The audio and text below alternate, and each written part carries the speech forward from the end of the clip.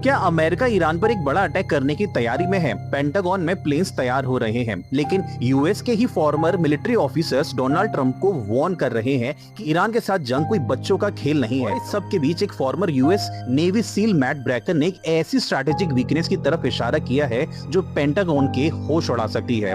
उनके मुताबिक ईरान के पास एक ऐसा तरीका है जिससे वो यूएस के सबसे एडवांस्ड फाइटर जेट्स को हवा में भी बिना फ्यूल के फंसा सकता है।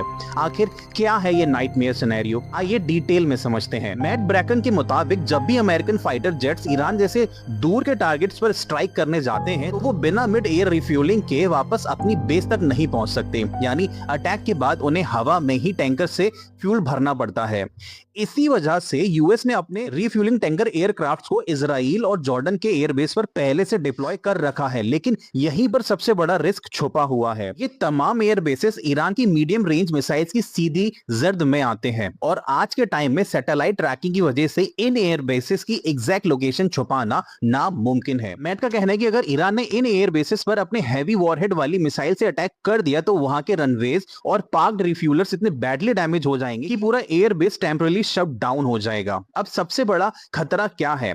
टाइमिंग। अगर यूएस जेट्स हवा में अपना मिशन एग्जीक्यूट कर रहे हो और पीछे से ईरान उनके लैंडिंग एयर बेसेस और रिफ्यूलिंग टैंकर्स को डिस्ट्रक्ट कर दे तो वो जेट्स वापस कहां उतरेंगे?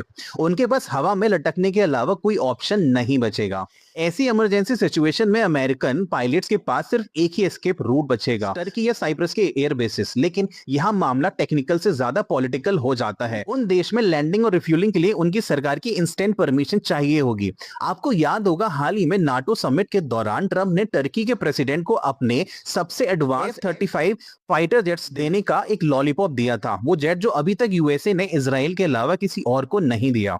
इस लालच की वजह से शायद टर्की उस जेट्स को इमरजेंसी में शेल्टर और फ्यूल देने से मना कर पाए, लेकिन सबको पता है कि ट्रंप की बातों का कोई भरोसा नहीं होता। आज F-35 का वादा किया है, कल को मुकर भी सकते हैं, लेकिन फिलहाल जियोपॉलिटिकल गेम में ये लालच टर्की को यूएस के पक्ष में ला सकता है। भले ही वॉशिंगटन ईरान के खिलाफ बहुत बड़ी मिलिट्री डिप्लॉयमेंट कर रहा हो, लेकिन ये टेक्टिकल वल्नरेबिलिटीज बताती हैं कि अगर वॉर शुरू हुई तो वो उतनी आसान नहीं होगी जितना जियोपॉलिटिक्स के टेबल पर दिखता है। आपको क्या लगता है, क्या यूएसए ईरान पर डायरेक्ट स्ट्राइक करने का रिस्क लेगा?